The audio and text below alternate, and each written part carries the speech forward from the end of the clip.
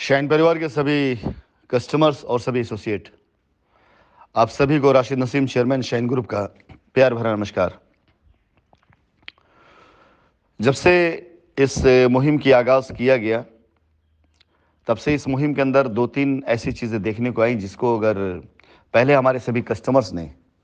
ध्यान दिया होता तो शायद मेरे ख्याल से आज इतनी लंबी लायबिलिटी का जो सफ़र गुजरा है, इतना तकलीफ़देह ये ना गुजरता और बहुत पहले ही ये मसले हल हो जाते। और ये मसला कोई मसला था भी नहीं। बहुत ध्यान से आप दिल और दिमाग से सोचिएगा कि ऐसा कोई पहाड़ नहीं तोड़ना था, ऐसा कोई आसमान नहीं लांघना था आपकी लायबिलिटी उतारने के लिए। ना तो ऐसे कंपनी की कहीं नीयत ख़राब थी, ना मेरी कहीं से कोई नीयत ख़राब थी,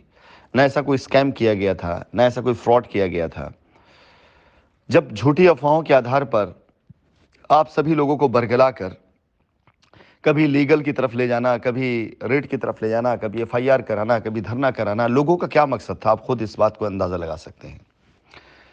जब से इस मुहिम की शुरुआत हुई, सबसे पहले इस मुहिम को रोकने की कोशिश की गई, लेकिन उसके बाद अब देखा जा रहा है कि इस मुहिम में कुछ ज़्यादा नहीं, कुछ चंद लोग ऐसे हैं जो तरह तरह की भ्रांतियां फैला रहे हैं। एक जानकारी मेरे संज्ञान में आई जिसमें मैंने ये सुना कि कुछ लोग डॉक्यूमेंट्स, दस्तावेज इकट्ठा करने की बातें कर रहे हैं। कंपनी किसी भी तरह से कोई भी दस्तावेज, कोई भी डॉक्यूमेंट किसी से नहीं इकट्ठा करवा रही। आप इसके लिए बेफिक्र रहें। अगर कोई आपसे मांगता है इस तरह के दस्तावेज, डॉक्यूमेंट, तो आप समझ लीजिए कि वो व्यक्ति ऐसे लोगों की तरफ का है जो नहीं चाहता कि आपकी लायबिलिटी उतरे। और अब हमारे सभी कस्टमर एसोसिएट को ये दायरा खींचना पड़ेगा। एक दायरा उन लोगों का जो लोग चाहते हैं कि आपकी लायबिलिटी खत्म हो और जल्द से जल्द खत्म हो, और एक दायरा उन लोगों का जो लोग ये चाहते हैं कि आपकी लायबिलिटी कतई ना उतरे और उसके लिए सारी तिकड़ में लोग इस्तेमाल कर रहे हैं। आप खुद सोचिए कि पिछले 1.5 सालों से कभी आज तक आपके किसी भी वकील ने आपसे ये नहीं कहा कि हम कोर्ट में आपके पैसे को दिलाने की लड़ाई लड़ेंगे या लड़ रहे हैं। हर किसी ने बस खाली आपको उत्साहित कर रखा, बरगला रखा कि हम सजा दिलवाएंगे, हम दुबई से उठवा लाएंगे, हम ये कर देंगे, वो कर देंगे, लेकिन आपके पैसे की बात किसी ने नहीं करी। और अगर उसमें कहीं कोई सच्चाई होती जो हम पर आरोप लगे, तो विश्वास जानिए अब तक कब के वो सारे एक्शन हो चुके होते जो एक्शन संभावित थे। लेकिन क्योंकि जांच में ही जब कुछ नहीं निकल पाया, तो एक्शन तो बहुत दूर की बात है। अगर जांच में ही चीजें निकलकर सामने नहीं आ पा रही हैं कि हाँ ऐसे स्कैम किए गए हैं, तो एक्शन तो बहुत दूर की बात है। आप सभी को मैं बता देना चाहूंगा कि आपके पास कानून की थोड़ी सी जानकारी ना होने की वजह से बहुत से लोगों ने आपको बेवकूफ बनाया। लेकिन अब उम्मीद करता हूं कि अब ऐसे किसी राह पे आप नहीं जाएंगे। सबसे पहले तो ऐसे किसी भी व्यक्ति की बातों पर बिल्कुल ध्यान न दें जो आपसे आपका दस्तावेज इकट्ठा करने की बात कर रहा हो। पहले तो आप इस बात को गांठ बांध लें कि ऐसे सारे लोग जो आपको किसी प्रकार से रोके, आप खुद देखिए उसमें उनका निजी स्वार्थ क्या है। बहुत से लोगों ने पिछले 1-1.5 सालों में आप सभी लोगों की लायबिलिटी के नाम पर अपनी रोटी सेकी है। कोई आपका पैसा अकाउंट में लेकर बैठा है, कोई अपना प्रोजेक्ट चला रहा है, कोई अपने घर परिवार बाल बच्चों के साथ बिल्कुल पूरी तरह खुशहाल है आपके पैसों से, और वो बस आपके सामने परेशान हाल दिखाई दे रहा है। दूसरी सबसे अहम और महत्वपूर्ण बात, आप ये मान के चलिए अगली तारीख आने से पहले 2 फाट हो चुके होंगे। एक फाट उन कस्टमर्स का, उन ग्राहकों का जो या जिनके वकील जो लीगल में हैं, वो न्यायालय से लायबिलिटी खत्म होने का रास्ता मांगे कि कंपनी यदि अपने कस्टमर्स का पैसा वापस करना चाहती है, कंपनी यदि अपनी लायबिलिटी खत्म करना चाहती है, तो आप उस लायबिलिटी को उतारने का रास्ता दें। और दूसरा फाट उन चंद मुट्ठी भर लोगों की जो बिला वजह की अनाप शनाप बातों पर कस्टमर का समय, कोर्ट का समय बर्बाद कर रहे हैं और अपनी दुकान चला रहे हैं। क्योंकि उनकी दुकान चलाने वाले लोग आज भी वो सारे प्रेसिडेंट, वो एसोसिएट हैं जो अपनी आत्मरक्षा के लिए इनके शरणों में पड़े हुए हैं। अगर इनकी शरणों में वो लोग जो गए हैं और अपना पैसा दे करके, हर महीने फीस दे करके इनका भरण पोषण कर रहे हैं, और उसके बदले में आप सभी के इमोशन, वक्त, पैसा, लायबिलिटी, इन सब का दोहन कर रहे हैं ये, तो जिन जिन रिट पर ऐसे वकील या ऐसे लोग खड़े होकर मुकदमा लड़ रहे हैं, वो सारे के सारे कस्टमर उस दूसरी लाइन की तरफ खड़े होंगे जिसे कंपनी ये मान के चलेगी कि ये सारे के सारे लोग एंटी कस्टमर एलिमेंट्स हैं। ये सारे लोग जो कस्टमर्स के विरोध में काम कर रहे हैं। अब कंपनी के विरोध की बात ही नहीं रहती है, अब कस्टमर्स के विरोध की बात आ गई। आपको फैसला यह करना है कि आप कस्टमर्स के सपोर्टर हैं या कस्टमर के विरोधी हैं। यह भाषण दे देने से कि आखिरी कस्टमर के हक मिलने तक ये लड़ाई जारी रहेगी, यह भाषण दे देने से कि कंपनी को पैसा चुकाना पड़ेगा, कार्य नहीं होता है। ये दोहरी नीति वाले लोग जो चोर से कहते हैं चोरी करो और 100 से कहते हैं जागते रहो, दोनों तरफ जो चलते हैं, जो लोग सिर्फ और सिर्फ अपने हित से मतलब रखते हैं, ऐसे लोगों का साथ देने वाला कस्टमर भी उतना ही दोषी होगा जितना कस्टमर्स का पैसा डुबाने वाला, कस्टमर का पैसा हड़पने वाला और कस्टमर पैसा लेके भागने वाला कोई भी व्यक्ति, चाहे एसोसिएट हो, चाहे प्रेसिडेंट हो, चाहे कंपनी क्यों ना, उतना ही दोषी वो होगा। अगर आज कंपनी उस रास्ते की तरफ जा रही है जहां जाकर के लायबिलिटी खत्म की जा सकती है, तो इस रास्ते में आने वाली हर एक रुकावट वो उतनी ही ज्यादा दोषी होगी जितना पहले लोगों ने कंपनी को समझा। तो मैं अपने सभी कस्टमर से जो जाने अनजाने में ऐसे लोगों के चंगुल का शिकार बन चुके हैं, जो अब तक आपको धोते रहे हैं, आपसे उन्होंने फीस नहीं ली होगी लेकिन उनकी फीस कहीं और से आ रही होगी। समाज सेवा के नाम पर कोई कार्य नहीं करता। आप उन्हीं वकील साहब से बोल दीजिए कि जो आपसे फीस नहीं ले रहे हैं, आपको मुकदमा फ्री में लड़ रहे हैं, उन्हीं से आप 1 लाख रुपए प्रति माह मांग लीजिए इंस्टॉलमेंट तौर पर कि वकील साहब मुझे इतना पैसा दे दीजिए, आप मेरा मुकदमा भी न लड़िए। अगर समाज सेवा का इतना ही शौक है तो आप देखेंगे वो बिल्कुल पीछे भाग जाएंगे। फिलहाल मेरा लक्ष्य, मेरा टारगेट कभी वो लोग नहीं थे जो पीआईएल में या जो पिटीशन में गए थे। मेरा लक्ष्य, मेरा टारगेट सिर्फ मेरे कस्टमर्स थे जिनको मुझे अपनी लायबिलिटी खत्म करते हुए उनको खुशहाल देखना था। लेकिन आज ऐसे बहुत से निर्दोष कस्टमर्स मुझसे संपर्क करने लगे जिन्होंने मुझे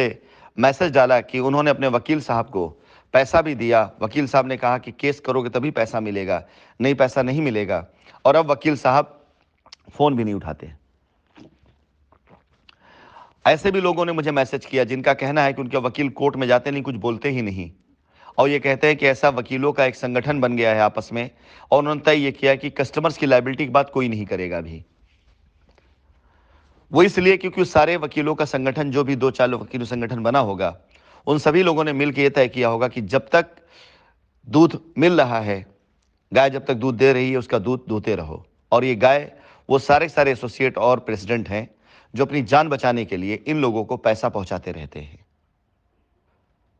मैं आप सभी कस्टमर से जिनकी वकालतनामा पर ये वकील खड़े हो रहे हैं, ये मेरी आखिरी अपील होगी कि अगली तारीख आने तक अगर आपकी सोच नहीं बदलती है, आपके वकील नहीं बदलते हैं, और अगली तारीख में अगर कोई भी वकील ऐसा खड़ा होता है सामने जो कस्टमर के हक की बात ना करके इधर उधर की बातें करे, जिनका कोई साक्ष्य ना हो,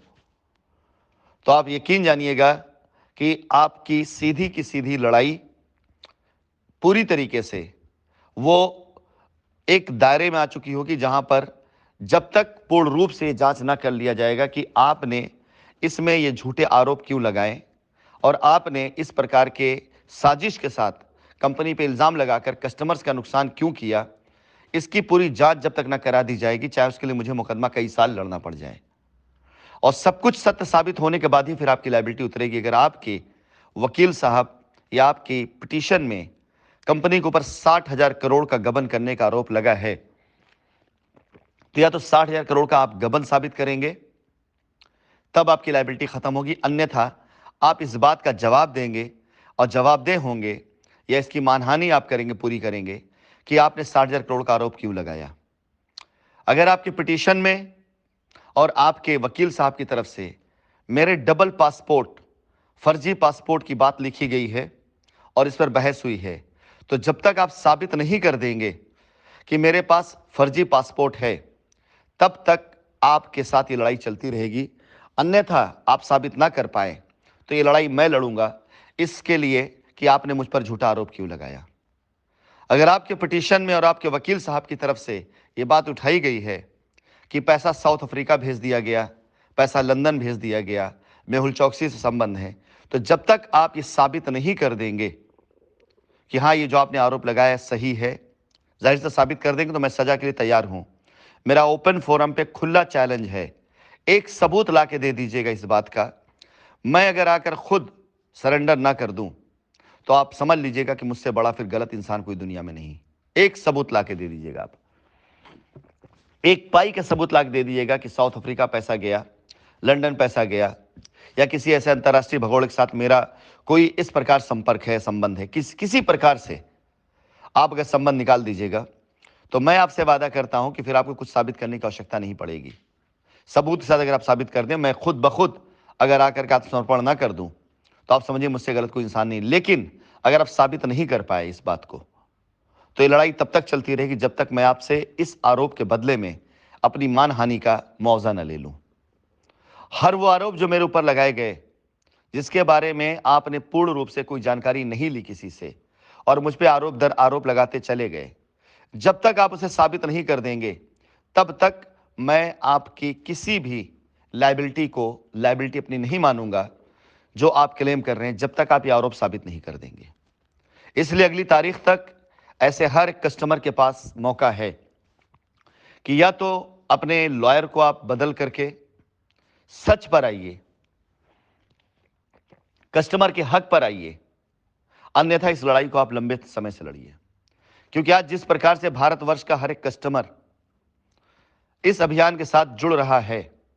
और अभी आपने इस पूरे अभियान की पूरी योजना नहीं देखी है, जिस योजनाबद्ध तरीके से इस अभियान को स्टार्ट किया गया है और आगे इसको एग्जीक्यूट किया जाएगा, आप विश्वास जाने आपकी संख्या बहुत छोटी रह जाएगी। जो ऐसे विरोधी किस्म के लोगों की संख्या बहुत छोटी रह जाएगी, और सपोर्टर्स की भीड़ न्यायालय में जब पहुंचना शुरू करेगी तो न्यायिक प्रक्रियाएं खुद ब खुद उस तरफ अग्रसर होना शुरू हो जाएंगी जिधर होना चाहिए। और यह दिन ज्यादा दूर नहीं है जब ये चीजें होनी शुरू हो जाएंगी। यह दिन ज्यादा दूर नहीं है जब जिला स्तर से, जब राज्य स्तर से, जब विभागीय स्तर से हर प्रकार का व्यक्ति वहां पहुंचना शुरू होगा और यह बात कहना शुरू होगा कि उसे कंपनी के ऊपर पूर्ण विश्वास था, अपने दस्तावेजों के साथ जाएगा वो, कि ये उसके बैंक ट्रांजैक्शन हैं, ये उसकी रजिस्ट्री की कॉपी है, ये उसकी रसीदें हैं, और उसे कंपनी पर पूर्ण रूप से विश्वास था। लेकिन इस प्रकार के अराजक तत्वों ने अपनी दाल पकाने के लिए, अपनी दाल गलाने के लिए कंपनी को रोका, तो विश्वास जाने वो संख्या बहुत छोटी रह जाएगी जो न्यायालय में आज झूठ के आधार पर खड़ी है। और अगला मेरा मिशन यही है कि मैं जिला स्तरीय, राज्य स्तरीय और इसके साथ ही साथ मैं पूरा देशव्यापी एक अभियान इस तरह चला दूंगा, और सारे के सारे कस्टमर्स को जो आज लीगल में नहीं गए हैं उन्हें विश्वास दिलाता हूं कि निश्चिंत रहें, मुझे आवश्यकता पड़ेगी तो आपके पास मैं खुद पहुंचूंगा और आपके सामने मैं खुद आकर निवेदन करूंगा कि आप आइए कोर्ट, और आपके आने जाने का खर्चा भी कंपनी वहन कर लेगी। लेकिन अभी वो वक्त नहीं आया है। अगर इस बार कोर्ट में तारीख में इस प्रकार का कोई भी कस्टमर, इस प्रकार कोई भी वकील जो बिना आधार पर कंपनी पर आरोप लगाकर कस्टमर्स के हक को मिलने से वंचित कर रहा है, अगर ऐसा कोई कार्य किया गया तो ऐसे लोगों को इस बार से चिन्हित कर लीजिएगा कि ऐसे लोगों का काम तब तक नहीं होगा जब तक या तो उनके लगाए आरोप ना साबित हो जाए, और या तो फिर अब उनको सजा ना हो जाए। इस पूरी की पूरी बात को आप अगला दिशा निर्देश समझिएगा, और मैं इस पर लग चुका हूं, टीम भी लग चुकी है, और आप सब बेहतर तरीके से जानते हैं कि जब न्यायालय के समक्ष एक समूह पहुंचेगा इस बात को रखने के लिए कि हम कस्टमर हैं, हमारी लायबिलिटी कंपनी देना चाहती है, लेकिन इस प्रकार के कस्टमर्स जिन्होंने अपनी पिटीशन में गलत बातें डाली हुई हैं, इस प्रकार के वकील जिन्होंने बिना आधार का आरोप लगाया है, इनकी वजह से कंपनी बदनाम हुई है और लायबिलिटी रुकी है, तो विश्वास जानिए आप खुद भारतीय नागरिक होने के नाते अंदाजा लगा सकते हैं कि वो अंजाम क्या होने वाला है। इसलिए उस तरफ मत खड़े होइए जहां पर आपका भविष्य और आपका पैसा दो को दोनों अंधकार में होने जा रहा है।